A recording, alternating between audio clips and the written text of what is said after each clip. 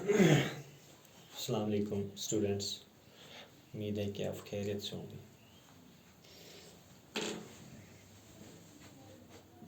एक बार फिर आपका खुशामदीद यहाँ पे क्लास 11th के लिए। In class 11th today our topic is planning for an evaluation. Planning for an evaluation, planning होती है किसके लिए? इवाल्वेशन के लिए। उसके बारे में आज हम पढ़ेंगे। इवाल्वेशन की प्लानिंग किस तरह से होती है, क्या करना पड़ता है, कैसे कंडक्ट किया जाएगा इवाल्वेशन प्रोसेस, उसके बारे में आज हम पढ़ेंगे। Evaluation needs to be done on regular basis. सबसे पहले इवाल्वेशन जो है नीड्स टू बी डन, ये होना चाहिए on regular basis. Regular basis पे इवाल्वेशन होना चाहिए। देयर आर सर्टेन पैरामीटर्स, बहुत सारे पैरामीटर्स है to be kept in mind, जो हमें दिमाग में रखनी चाहिए जब हम प्लानिंग करेंगे किसकी? फॉर एन इवाल्वेशन की। कुछ पैरामीटर्स हैं जिनको हमें मद्देनज़र रखकर इवाल्वेशन के बारे में सोचना चाहिए। सो कुछ points I have written here. First one, planning for an evaluation. First point I have written here, what you are going to evaluate. What you are going to, आप क्या करने जा रहे हो, किस चीज़ को इवाल्वेट करने जा रहे हो, चाहे स्किल का होगा या स्पेसिफिक होगा। And outcomes that you will evaluate, और जो आउटकम्स उसके आएंगे दैट यू विल इवाल्वेट, उसको इवाल्वेट करना है। First thing.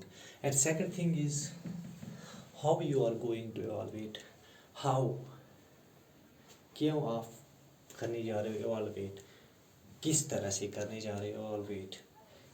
मतलब उसमें ग्रुप्स भी हो सकते, इंडिविजुअल बेसिस पे कर रहे हो, इंडिविजुअल बेसिस पे या ग्रुप बेसिस पे।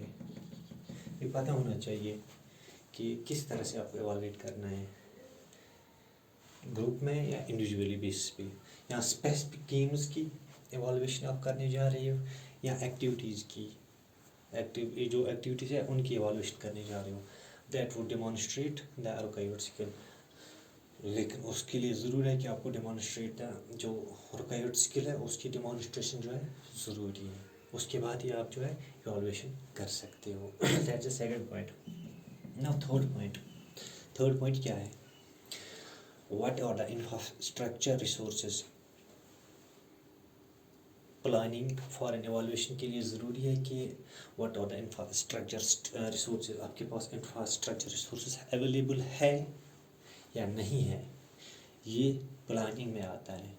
एंड टाइम रिक्वायरमेंट, और टाइम रिक्वायरमेंट का भी खास ख्याल रखना ज़रूरी है जब आप प्लानिंग कर रहे हो इवैल्यूएशन की। अवेलेबिलिटी ऑफ इक्विपमेंट्स, इतना ही नहीं, आपके पास अवेलेबिलिटी होनी चाहिए इक्विपमेंट्स की। जब आपके पास अवेलेबिलिटी होगी तभी आप इवैल्यूएशन कर सकते हो। एंड फील्ड स्टाफ की भी जो है अवेलेबिलिटी होनी चाहिए to carry out the evaluation, जो आपको हेल्प करेंगे किस में? इवैल्यूएशन में। ये हो गया थर्ड पॉइंट। फोर्थ पॉइंट क्या है? What is the best time और टू कंडक्ट द इवैल्यूएशन। ये भी ज़रूरी है कि कौन सा बेस्ट टाइम रहेगा आपके लिए इवैल्यूएशन के लिए। Will it be conducted during और आफ्टर स्कूल, ये भी ज़रूरी है। ड्यूरिंग स्कूल या आफ्टर स्कूल, ये बात भी ज़रूरी है कि बेस्ट टाइम आपको देखना है क्या रहेगा, ड्यूरिंग स्कूल रहेगा या आफ्टर स्कूल रहेगा, तो उसमें आप इवैल्यूएशन जो है कंडक्ट कर सकते हैं। Fifth point, communicate the evaluation. आपको कम्युनिकेट करना है इवैल्यूएशन क्राइटेरिया टू स्टूडेंट्स। किन से? स्टूडेंट्स से। क्राइटेरिया जो होता है, हर एक चीज़ की एक प्रोसेस होती है, क्राइटेरिया होता है अलग अलग। उसी तरह से आपको जो कम्युनिकेट करना है किन से? बच्चों से। क्राइटेरिया क्या है इवैल्यूएशन का?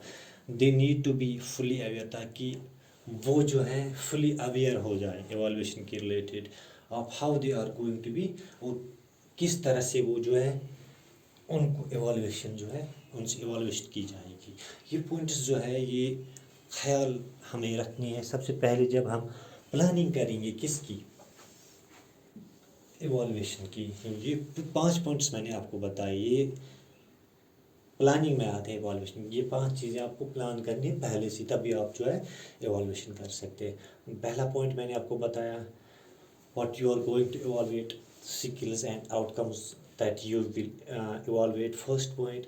सेकंड पॉइंट मैंने बताया, how are you going to evaluate, individually basis और ग्रुप बेसिस, स्पेसिफिक गेम्स या एक्टिविटीज़। इतना ही नहीं, दे वो डिमॉन्स्ट्रेट द रिक्वायर्ड स्किल्स, ये भी ज़रूरी है। दूसरा पॉइंट मैंने आपको बताया, ये भी होना पता चाहिए कि आप इंडिविजुअल बेसिस पे इवॉल्यूशन कर रहे हैं या ग्रुप बेसिस पे, या स्पेसिफिक गेम्स का इवॉल्यूशन कर रहे हैं या एक्टिविटीज़ का इवॉल्यूशन कर रहे हो, उसकी डिमॉन्स्ट्रेशन जो है ज़रूरी भी है। और थर्ड पॉइंट मैंने आपको बताया, व्हाट, और आपके पास इंफ्रास्ट्रक्चर रिसोर्सेज होने चाहिए, अवेलेबिलिटी ऑफ इक्विपमेंट्स भी ज़रूरी है, या फील्ड स्टाफ का भी ज़रूरी है होना है इसमें, जो आपको हेल्प करेंगे इस इवॉल्यूशन प्रोसेस में। फोर्थ पॉइंट मैंने आपको बताया, बेस्ट टाइम आपको देखना है जब आप कंडक्ट करोगे इवॉल्यूशन प्रोसेस, ये ड्यूरिंग स्कूल आप कंडक्ट करोगे या आफ्टर स्कूल, कौन सा टाइम बेस्ट रहेगा आपके लिए, ये फोर्थ पॉइंट। अब फिफ्थ पॉइंट मैंने आपको बताया, क्राइटेरिया जो है वो स्टूडेंट से शेयर करना है, आपको कम्युनिकेट करना है उनसे, ताकि वो फुली अवेयर हो जाए, कि वो उनका एवॉल्यूशन जो है होने जा रहा है। ये 5 पॉइंट्स मैंने आपको बताया प्लानिंग फॉर एन एवॉल्यूशन। उम्मीद है कि ये 5 पॉइंट्स आपको समझ में आए होंगे। इंशाल्लाह नेक्स्ट लेक्चर में फिर मिलेंगे, तब तक के लिए दीजिए इजाज़त। अल्लाह हाफिज़।